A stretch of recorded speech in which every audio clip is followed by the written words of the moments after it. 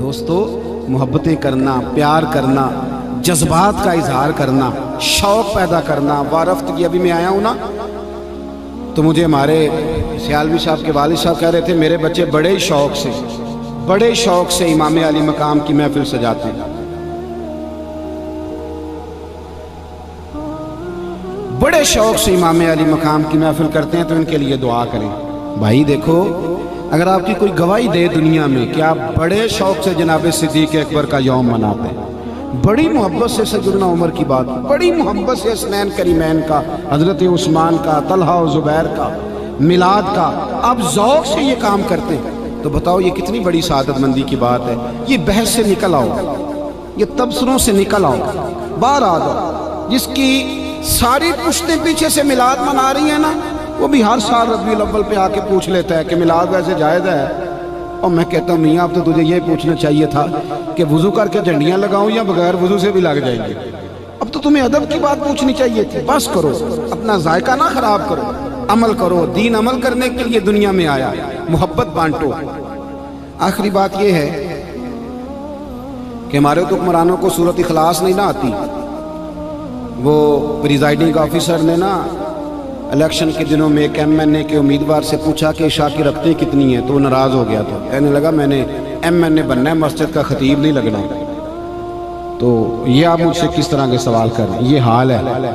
لیکن یزید تو جامع مسجد دمشق کا خطیب تھا، بھائی پگڑی داڑھی والا بندہ تھا، وہ تو حج پہ خطبے دیتا تھا جا کے، امام علی مقام اس کے خلاف کیوں نکل آئے؟ میں نے کہا ان کو تو سورۃ اخلاص نہیں آتی، وہ تو جمعہ پڑھاتا تھا، وہ تو خطیب تھا، امام علی مقام کیوں نکلے؟ تو امام کے سارے خطبے اٹھا کے دیکھ لو، امام حسین فرمانے لگے میں نے اسے اپنی آنکھوں سے شراب پیتے دیکھا۔ امام حسین رضی اللہ تعالیٰ عنہ فرمانے لگے نمازیں چھوڑ کے پڑھتا ہے۔ امام حسین فرمانے لگے یہ رنڈیوں کا ناچ دیکھتا ہے جس کو آج مجرا کہتے ہیں۔ امام علی مقام فرمانے لگے یہ اللہ کے حلال کو حرام اور حرام کو حلال کہتا ہے۔ تو جو بندہ یہ کام کرے وہ مسلمانوں کا حکمران بن سکتا ہے؟ بڑی عجیب بات ہے نا کہ ہر الیکشن میں بڑے شرابی کی بڑی فوٹو کے نیچے چھوٹی میری بھی لگی ہو، اور محرم آئے تو دیگے بھی میں 10 پکاؤں۔ تو میں یزیدی سوچ کا وارث ہوں کہ حسینی سوچ کا؟ میری بات کو سمجھو بھائی، امام علی مقام نے خاندان سارا قربان کرا دیا کہ رنڈیوں کا ناچ دیکھنے والا ہمیں قبول ہے، اور جس کے اپنے موبائل میں سارا گاند ہو، جو خود لڑکیوں کے کالج اور سکول کے سامنے کھڑا ہوتا ہو، جس کی اپنی نظر ناپاک ہو، وہ کس منہ سے کہتا ہے کہ امام حسین کا دن مناؤں گا؟ رزق حلال اور نظر پاک ہو تو پھر بندہ حسینی فکر کا وارث ہوتا ہے۔ اور اگر تو سارا گاند رات کو دیکھتا ہے، بے حیائی، فحاشی اور عریانی کرتا ہے، تو پھر جناب علی اکبر کا ہاتھ ہوگا اور تیرا میرا گریبان ہوگا۔ پھر حضرت علی اصغر اللہ کی عدالت میں ہمارے خلاف مقدمہ کریں، ہم پرموٹ کریں یزیدی سوچوں کو، بے حیائی کو، فحاشی کو، عریانی کو۔ امام علی مقام نے نا 9-10 محرم کی درمیانی رات ابن سعد نے آ کے کہا کہ 2 ہی باتیں، یہاں آپ یزید کے ہاتھ پہ بیعت کریں یا جنگ کریں، 2 ہی باتیں۔ امام حسین فرمانے لگے بس فیصلہ ہو گیا۔ اس نے کہا جی میں نے ابن زیاد سے پوچھ لیا، یزید تک میسج چلا گیا، باتیں 2 ہی ہیں، یا بیعت کریں یا جنگ کریں۔ تو امام حسین فرمانے لگے مجھے 1 رات کی مہلت دے دیں، صبح بات کروں گا۔ حضرت عباس حاضر خدمت ہوئے، عرض کرنے لگے بھائی جان سمجھ نہیں آئی، مجھے پتہ ہے کہ فیصلہ آپ کا وہی ہے جو صبح ہونا ہے، فیصلہ اب بھی وہی ہے اور صبح بھی وہی ہے، بیعت آپ نے شرابی کی کرنی کوئی نہیں۔ پتہ ہے ہمارے حکمران بھی اس طرح کے مذہب چاہتے ہیں جس طرح کا دبئی میں ہے، مسجد بھی بہت بڑی اور 3 کلومیٹر پہ شراب خانہ بھی بڑا، جس کا دل کرے ادھر جائے، جس کا دل کرے۔ اسی طرح کے اسلام اللہ ماشاءاللہ تمام اسلامی حکمران چاہتے ہیں، پر امام حسین نے فرمایا نا بھائی، جہاں میرے نانا کے نام کی اذان پڑھی جائے گی وہاں شرابیں نہیں چلیں گی، وہاں بے حیائیاں یہ کام نہیں ہونے دیں گے۔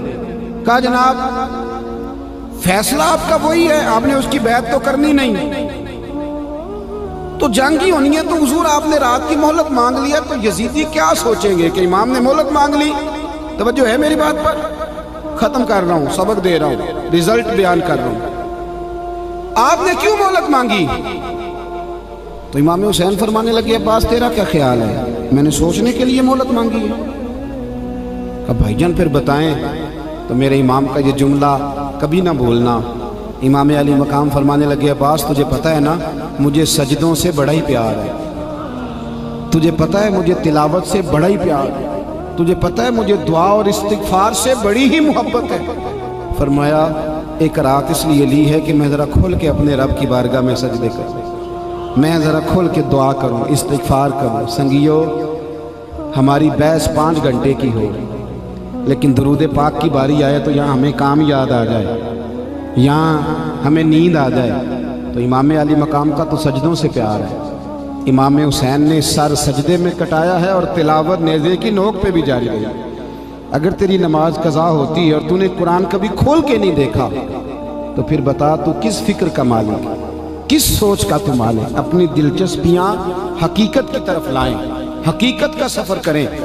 امام حسین کے خیموں میں 3 دن تک کھانا اور پانی بند رہا ہے، پر قرآن پاک کی تلاوت 1 منٹ کے لیے بھی بند نہیں ہوئی، نماز کسی کی ایک بھی قضا نہیں ہو گئی۔ اور تیری بیٹے کی شادی پہ بھی نماز قضا ہو جاتی ہے، تیری منگنی اور ولیمے پہ بھی نماز رخصت ہو جاتی ہے۔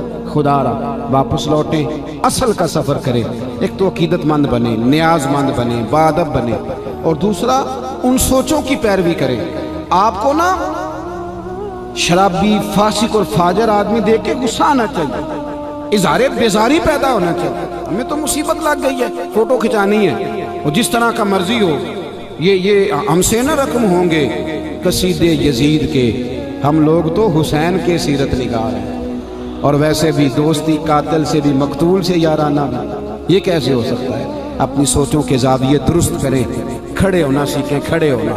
نظریں پاک محمد بن قاسم آئے نا یہاں لڑائی کرنے کے لیے، بڑے پریشان تھے محمد بن قاسم۔ ایک بزرگ ملے تو کہنے لگے بیٹے کیوں پریشان ہو؟ اس نے کہا جی نیا علاقہ ہے، راج دہر سے مقابلہ ہے، زبان آتی نہیں، رستوں کا پتہ کوئی نہیں، کیسے لڑوں گا؟